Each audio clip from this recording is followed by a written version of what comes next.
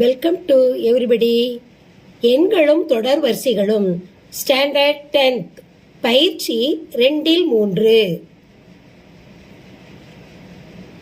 போறோம். தீர்க்க. இப்ப சம் வாசிக்கிறேன், கவனிங்க.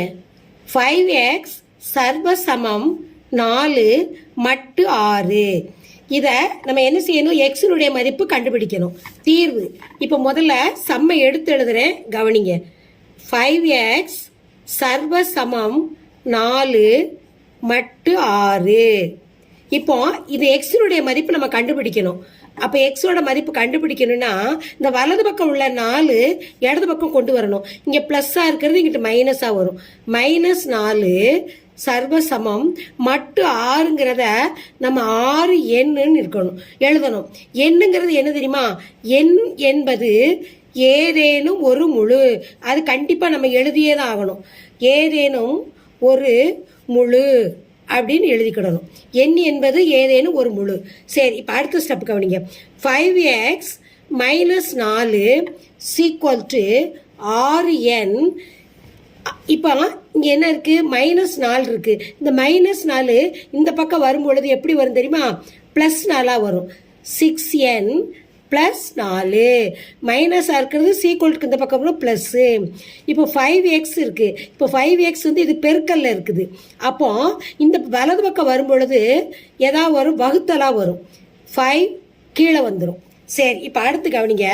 இப்போ இந்த எண்ணுக்கு ஏதேனும் ஒரு முழுன்னு சொல்லியிருக்கோம்ல, ஏதாவது ஒரு எண் நம்ம பிரதியிடணும். பிரதியிட்டு 5ஆல் வகுபடணும். இப்போ 6n + 4 என்பது 5ஆல் வகுபடும். 5ஆல் வகுபடும். இப்போ 5ஆல இது வகுக்கணும், வகுபடணும். அப்போ நம்ம எண்ணுக்கு ஏதாவது ஒரு நம்பர் கொடுக்கணும். இப்போ 6ல் 1 போடுங்க. இந்த எண்ணுக்கு 1ன்னு வைங்க. 6ல் 1ன்னு வச்சா இப்போ n = 1ன்னு ஒரு மதிப்பு கொடுக்குறோம். அடுத்து என்ன செய்ய தெரியுமா? இந்த 5 1ஐயும் கூட்டணும், 6. 6ஐ 5ஐயும் கூட்டணும், 11. 11 5ஐயும் கூட்டணும், 16. இப்படி போய்கிட்டே இருக்கும். இந்த எண்களை இந்த எண்ணில் பிரதியிடணும். பிரதியிட்டா கண்டிப்பா 5ஆல வகுபடும். ஏன் இந்த எண்ணு கொடுத்துருக்கோன்னா, இப்போ நீங்க எடுத்து எழுதுனா உங்களுக்கு புரியும். இப்போ நான் சொல்றேன் பாருங்க. 6 இந்த எண்ணுக்கு தான் இந்த நம்பர் கொடுத்துருக்கோம், 1. ஏன் 1க்கு அப்புறம் இந்த 5 கூட்டி எழுதணும் தெரியுமா? 5 கூட்டி எழுதுனா உங்களுக்கு ஷார்ட் மெத்தடு. அதனால தான் இதை நான் கூட்ட சொல்றேன். நீங்க கண்டுபிடிக்கணும்னா உங்களுக்கு டைம் ஆகும். அதனால இதை நீங்க கூட்டியே எழுதிடலாம். அப்போ இப்போ முதல் நம்பர் என்ன கொடுத்துருக்கோம்? எண்ணுக்கு 1ன்னு பிரதிட்டு இருக்கோம். அந்த எண் இடத்துல 1 போட்டாச்சு.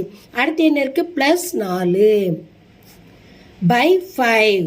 இப்போ 6ஐ 1ஐயும் பெருக்குன்னா 6. 6ஓட என்ன செய்யணும்? 4 கூட்டணும். அப்போ 10. 5. இப்போ 5ல் வகுப்படுது பாருங்க, 2. ஆன்சர் 2. கண்டுபிடிச்சாச்சா? அப்போ அந்த 1ஆல 1 பிரதியிட்டா ஆன்சர் 2 வந்துருச்சு. அடுத்து பாருங்க, என்ன கொடுத்துருக்கோம்? 6 கொடுத்துருக்கோம். அப்போ அடுத்த எண்ணுக்கு நம்ம என்ன பிரதியிடணும்? 6 +4 / 5.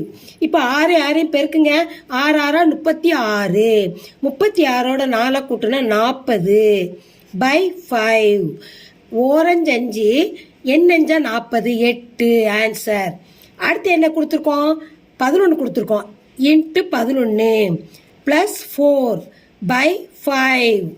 அப்போ 6ஐயும் 11ஐயும் பெருக்குனா 66. 6 11 66.